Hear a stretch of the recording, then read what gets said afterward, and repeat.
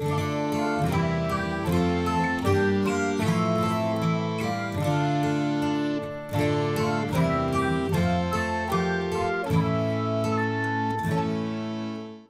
my dear friends. I'm Dr. Vaishali Bharambe. I'm an MBS, MD, PhD in anatomy. I've been teaching anatomy for more than 25 years and I love it. Today's lecture is about surgical anatomy of piles or hemorrhoids.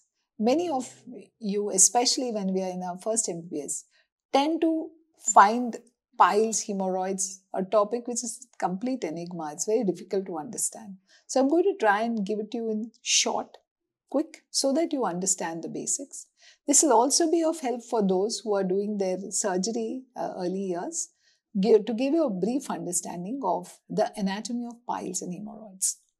Remember, if you like the lecture, you can go on vbanatomy.com, my website, where you will get all this in the form of handouts. So you needn't go back and see the videos again and again. Of course, you can, but you can see the notes as well in case you're interested.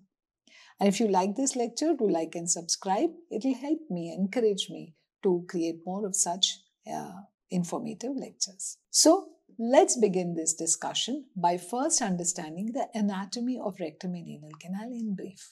Okay, so here's the rectum anal canal. Here's the ischium line by obturator internus. Here's your levator ani, the pelvic diaphragm through which the rectum is passing, getting divided into upper rectum and lower anal canal. On the side supported by the ischiorectal fossae. Now we divide the anal canal with the help of a crenated line, the pectinate line, and a single line, the Hilton's line, into upper, middle, and lower part. Now let's understand that this wall is made up of sphincter ani internus, the inner circular muscle of rectum anal canal, supported on the outside by sphincter ani externus, made up of three parts: deep, superficial, and subcutaneous. And finally, the outer longitudinal layer of rectum and anal canal is descending in between to form the conjoint fibroelastic sheath, which joins with the Hilton's line to form the anal intermuscular septum. We are just getting our anatomy in place and then we move on to piles. Now understand that between the sphincter ani internus and the mucous membrane, there are venous plexuses. The upper venous plexus is called internal venous plexus. The same extends downwards below the skin of your anal canal as an external venous plexus, communicating with each other across the anal intermuscular septum. Okay, now this is all mattering for important for hemorrhoids. Now these plexuses are going to drain blood into something. The internal venous plexus drains blood into the superior rectal veins. So let's understand. Here's the superior rectal veins are present in the anal columns in the form of radicals of superior rectal veins. There are about 6 of them. These begin to travel upwards within the wall. At one point, they will fuse to form the superior rectal vein, which then pierces the posterior wall of rectum about 7.5 centimeters above the anal anus, and then begins to travel upwards to drain blood into inferior mesenteric vein into the portal circulation. So part above the pectinate line drains upwards into the portal circulation. There are anal columns above the pectinate line which contain the radicals of rectal veins. How many? About 6. These 6 rectal veins unite to form superior rectal vein that pierces the rectal wall and passes upwards. Meanwhile, the middle and the inferior rectal veins drain blood into the inferior vena cava, so systemic circulation. The internal venous plexus therefore becomes a site for portocaval anastomosis. Porto, portal circulation, superior rectal vein. Caval, inferior vena cava, middle and inferior rectal veins. Okay. So, and this ring of veins which surrounds the wall, present in the wall of the anal canal, is called annulus hemorrhoidalis. So, how does it all matter? Let's understand now. This is your pectinate line. In the presence of portal hypertension, these blood vessels in the wall become swollen and varicosed. And these swollen and varicosed veins are called as piles or hemorrhoids. If they are above pectinate line, you call them internal piles. If they are below pectinate line, you call them external piles. Okay. So now take a look at the image here. This is the pectinate line. This is a internal pile which has taken origin above and is descending down. And this here is the external pile. So above pectinate, internal, below pectinate, external. How do we differentiate? What are their features? Okay, so internal hemorrhoids are above dentate or pectinate line, external are below. Covered by what? Internal are covered by mucous membrane, external by skin. Pain. Internal, remember, nerve supply is autonomic and therefore usually painless. External are painful because of the nerve supply by inferior rectal nerves. Internal hemorrhoids usually detected as bright red blood on stool. External are less commonly detected by bleeding. Internal not visible unless they prolapse. External are visible as lumps. Internal can prolapse and protrude down. External do not prolapse, they are painful lumps. And there is more about how to diagnose and treat, which I don't want to discuss, although information is there for you.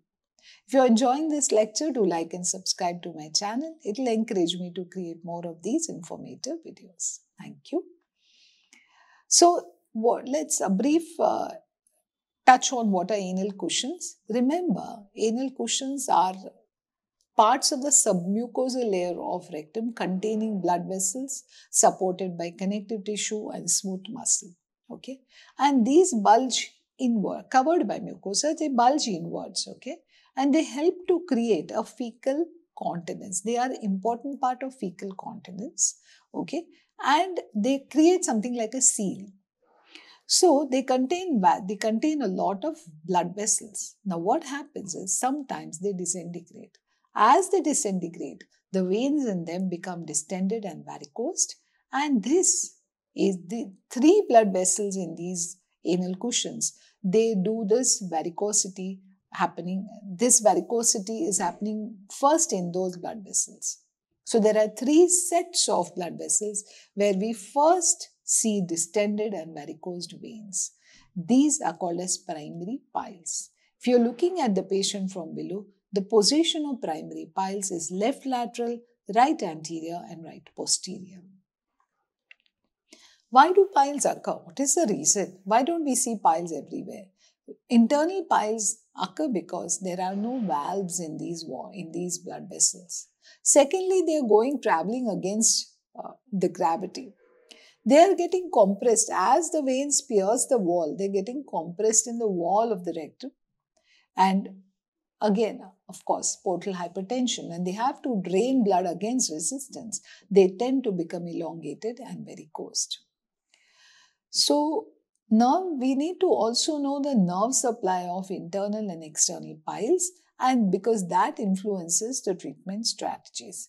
The internal hemorrhoids is supplied by autonomic nerves. This area is less sensitive, therefore, to pain, and then you can insert a needle for surgery or for some procedure, even in a non-anesthetized patient, and therefore this treatment often becomes a treatment that can be conducted in the outpatient setting.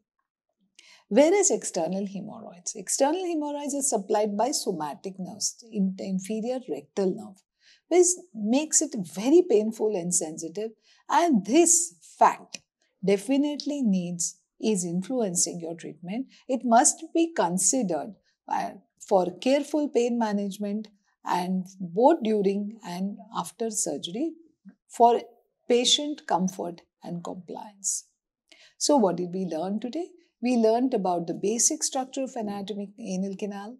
Then we talked about venous drainage, how superior rectal drains into portal vein, how middle and inferior drain into inferior vena cava. Then we talked about how the internal venous plexus is a cytoportocaval anastomosis. What are internal piles? What are external piles? What are their differences? What are anal cushions and what is primary piles? And finally, how the nerve supply influences treatment strategies. I hope this lecture helps you. For more about the anus and rectum anatomy, please attend the lecture Anorectal Surgeries, the link for which is given in the description section. Thank you so much. I love taking this class. I hope it helps you to do better in your chosen field. Thank you.